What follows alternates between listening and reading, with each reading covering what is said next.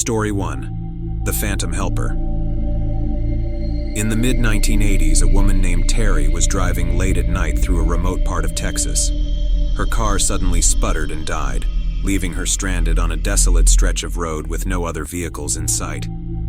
She was miles from the nearest town, and the isolated road was flanked by thick woods. With no cell phone, they weren't common then, and little hope of immediate help, a sense of dread started to creep over her.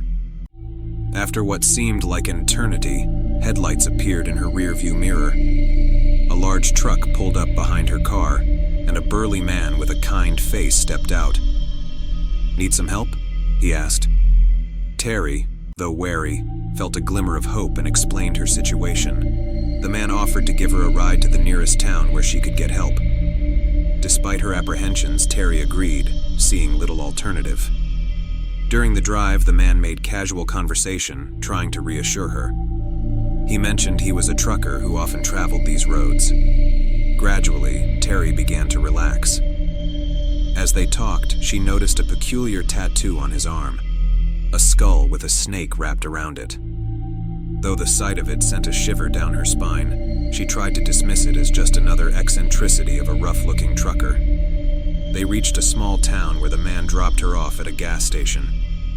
He refused any payment for his help, smiling warmly and wishing her well before driving off into the night. Grateful, Terry contacted a tow truck and got her car repaired. The next morning, she saw a news report that made her blood run cold. A notorious serial killer had been captured in the area. The man's description matched her helpful stranger exactly, down to the distinctive tattoo. Terry realized with horror that she had been alone in a truck with a killer, who for reasons unknown had chosen to spare her life.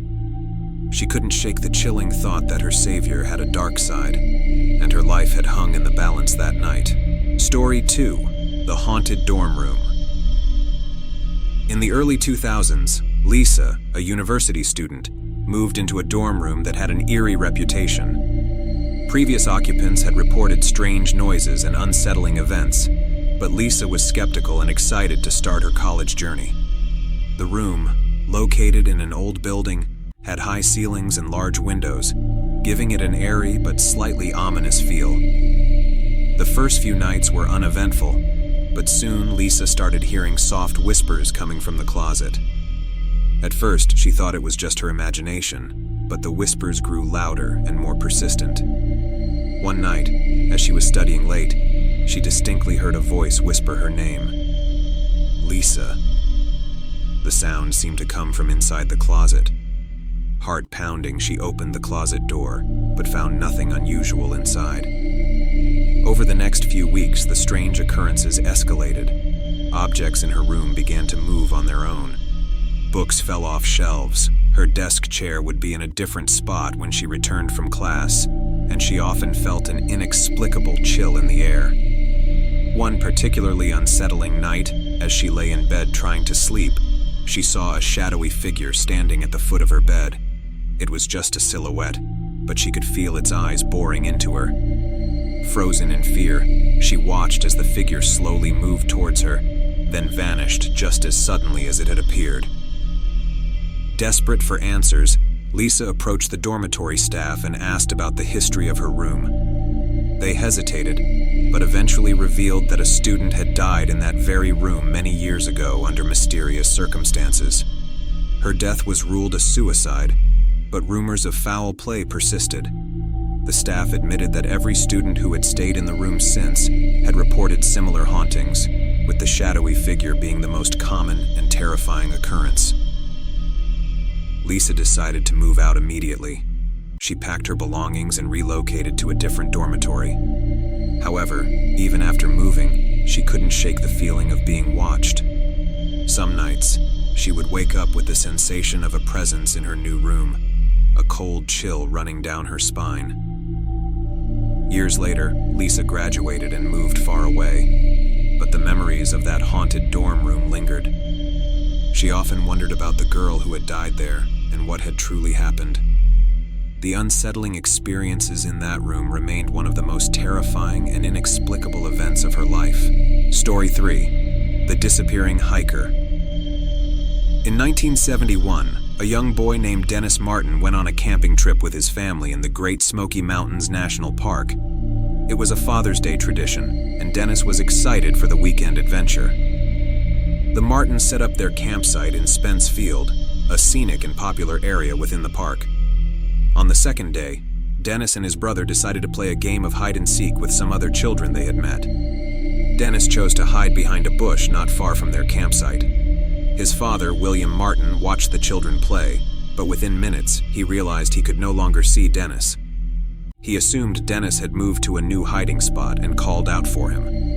When Dennis did not respond, his father began to search the immediate area, calling his name. As minutes turned into an hour, panic set in.